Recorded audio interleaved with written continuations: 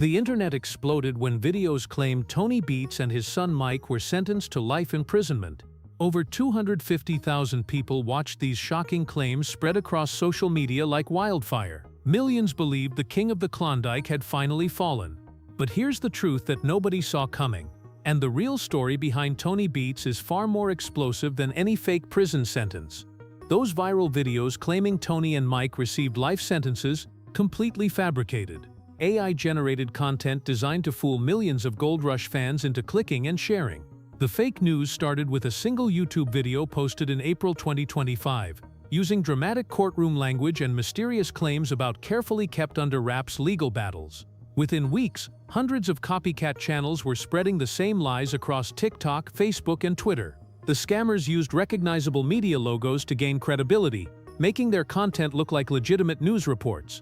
They claimed Tony and Mike faced charges for fraud, assault, and illegal mining operations, none of which existed. Fact-checkers at Snopes, Discovery Channel, and multiple news outlets quickly debunked these claims, but the damage was done.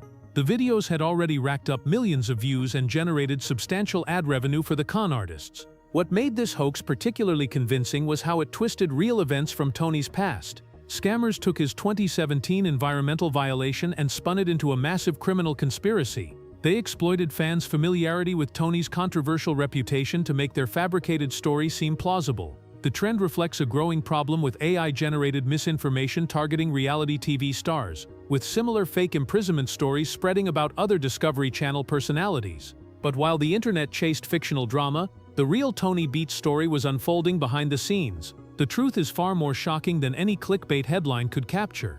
Tony's only genuine legal trouble happened back in 2017, but the real story is wilder than the fake news made it seem. During Gold Rush Season 6 filming in October 2014, Tony's crew performed what they called a Viking baptism on his Indian River claim. A subcontractor poured gasoline into a dredge pond and set it ablaze while cameras rolled.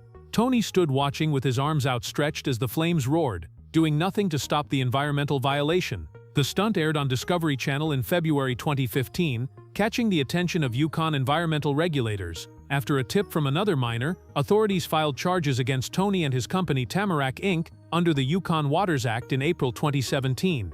Tony pleaded not guilty, but was found guilty of allowing improper waste disposal and failing to report the incident. Judge Peter Kisholm handed down a $31,000 fine in August, $27,000 for his company, and $4,000 personally. The subcontractor who lit the fire received an additional $1,725 penalty. Tony later called it a joke gone bad, and admitted he should have stopped his employee from pouring gasoline into the pond. But there was no jail time, no felony conviction, and certainly no life sentence. The incident revealed Tony's sometimes reckless approach to mining operations. His willingness to let dangerous stunts happen for television drama nearly cost him his mining licenses.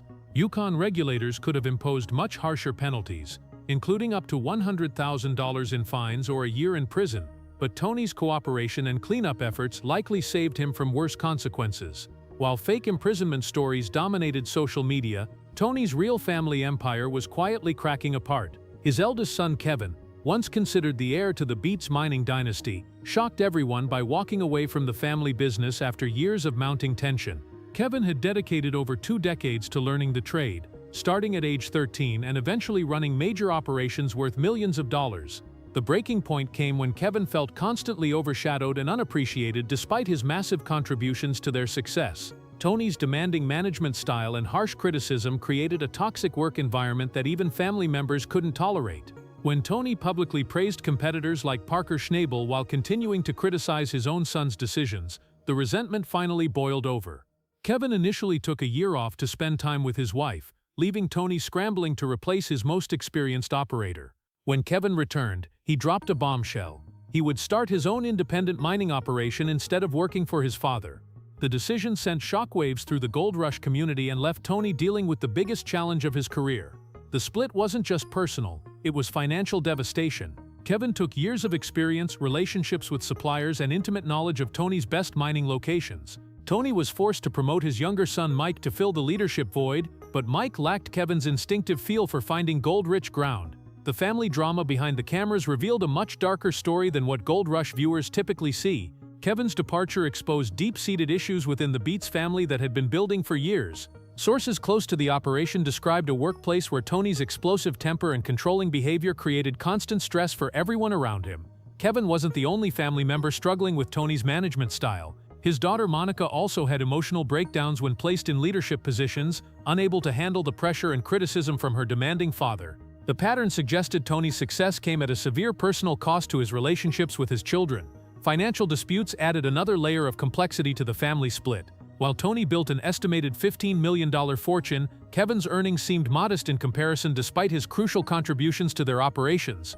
This disparity created resentment about not fully benefiting from his own hard work and expertise. Kevin eventually negotiated a deal to lease mining ground from his father, giving Tony 10% royalties while allowing Kevin to prove his worth as an independent operator. The emotional toll was visible on screen, as Kevin struggled with feelings of being unappreciated and overshadowed.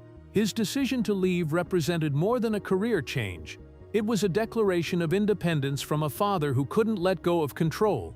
The split revealed how success in family businesses can sometimes come at the expense of family relationships themselves. Despite the fake news and family chaos, Tony achieved some of his greatest mining successes during this turbulent period.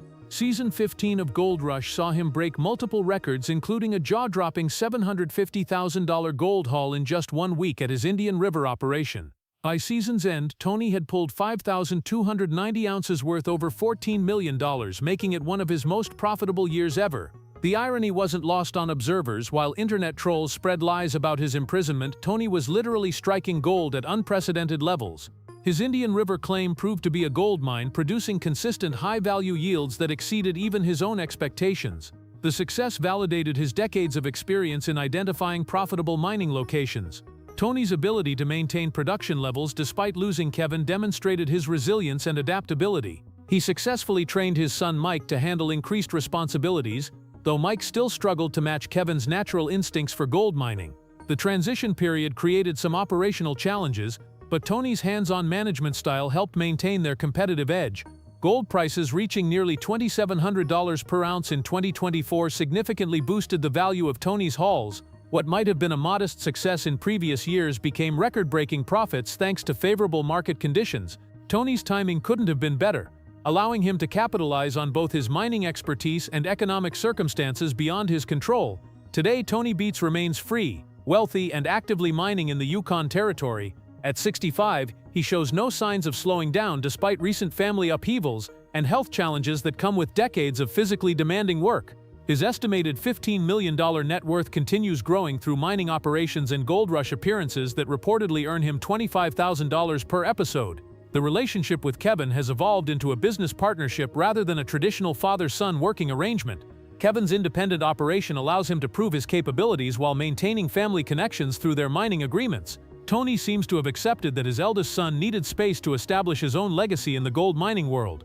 Mike has stepped up to fill the leadership void left by Kevin's departure, though he faces constant comparisons to his older brother's natural mining abilities. Monica continues handling administrative duties while staying away from the high-pressure operational roles that previously caused her stress. The family has found a new dynamic that works, even if it's different from their previous structure. The fake imprisonment videos serve as a cautionary tale about misinformation in the social media age. Tony's experience shows how easily false narratives can spread and damage reputations, even when the truth is readily available. His continued success despite these challenges demonstrates the resilience that made him the king of the Klondike.